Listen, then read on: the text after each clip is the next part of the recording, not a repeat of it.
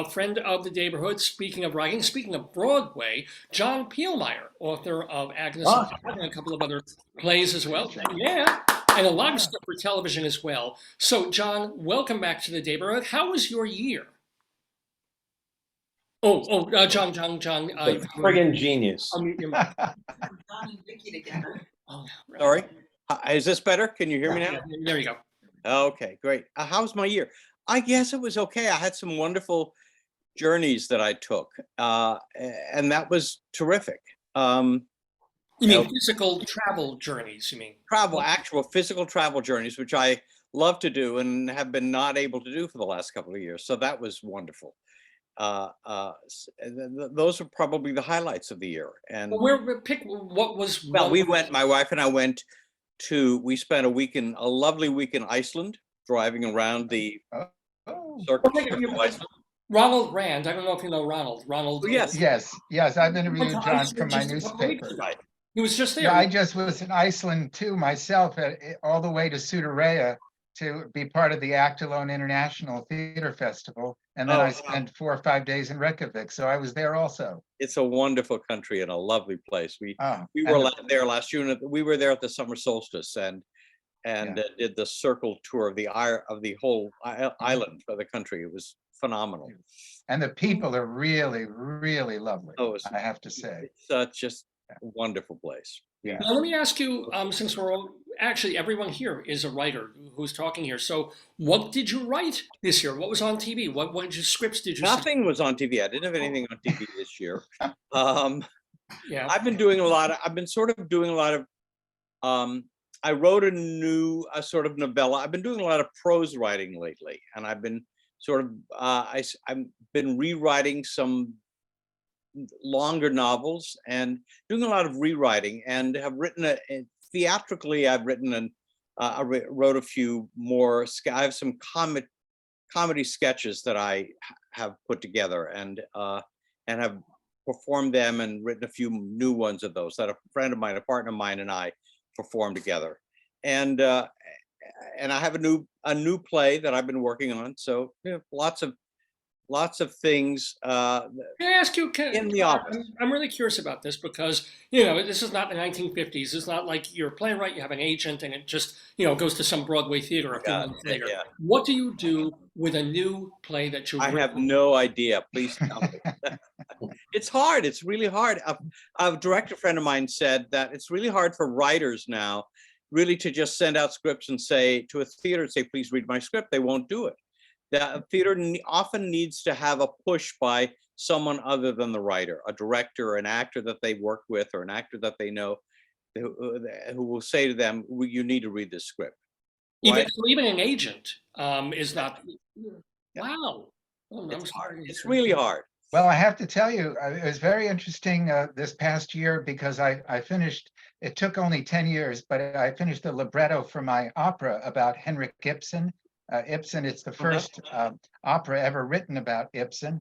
And I did a lot of emailing to a lot of conductors and to a lot of artistic directors. And I never stopped until finally one actually said, yes, I will read it. And it happened to be one of the finest opera houses in the country. So you just persevere. You just have to persevere. You're right. Yeah, exactly. Well, we have to persevere with the show. So Ronald, I'm going to let you go just so we can keep you flowing. But Ronald, what a great friend you've been in the Daverhood. It's so great to have you on the Today, Yesterday quizzes. Thank you. Happiness, good stuff with the opera, good stuff doing the Harold Clurman play. Thank you. See I you so appreciate it. And before I go, I stayed up all night last night trying to figure out where the sun was, and then it dawned on me. Oh, I just had to you throw a couldn't have joke left in there. before you told the joke. Hang away to.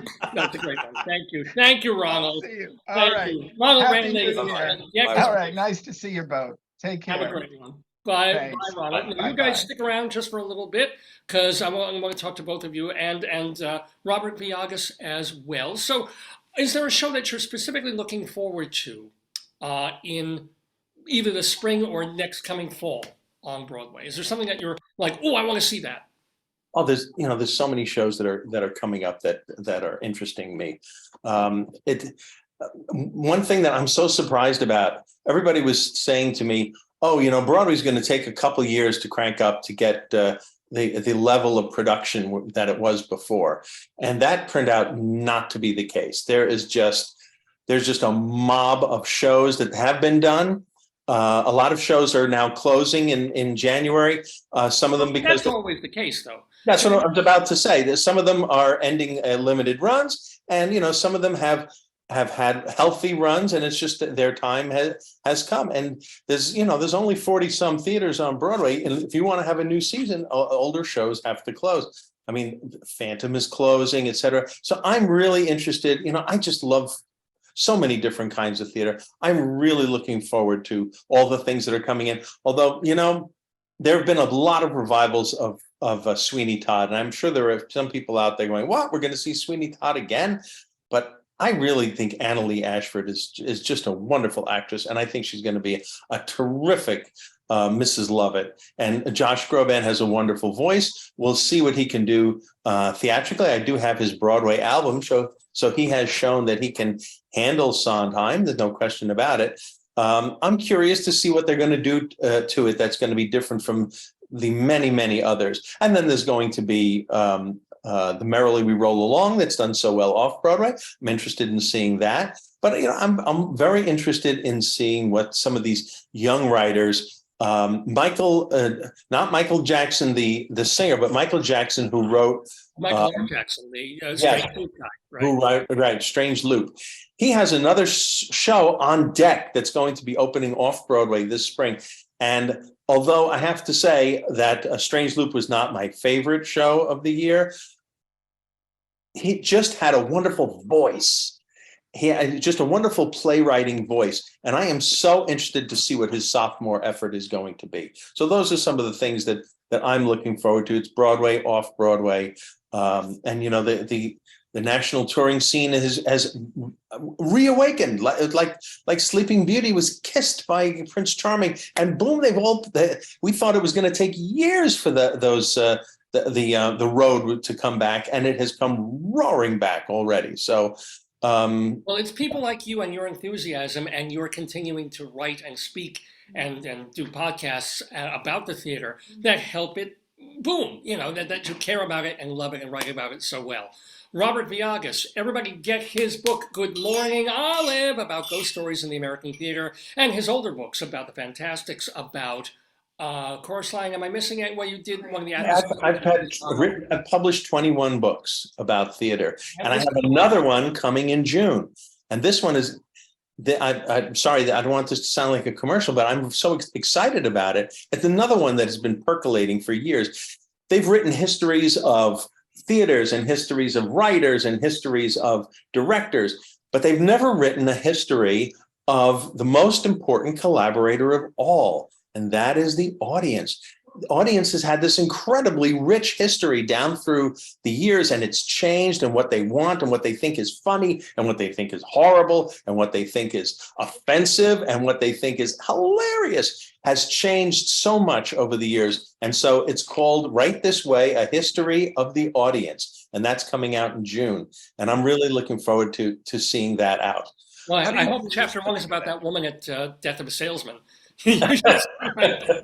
I mentioned the original opening night of Death of a Salesman, when the audience was so stunned at the end of the show, they didn't applaud. And everybody thought the show was a flop because nobody applauded. And it was because they were so stunned by what they had just seen.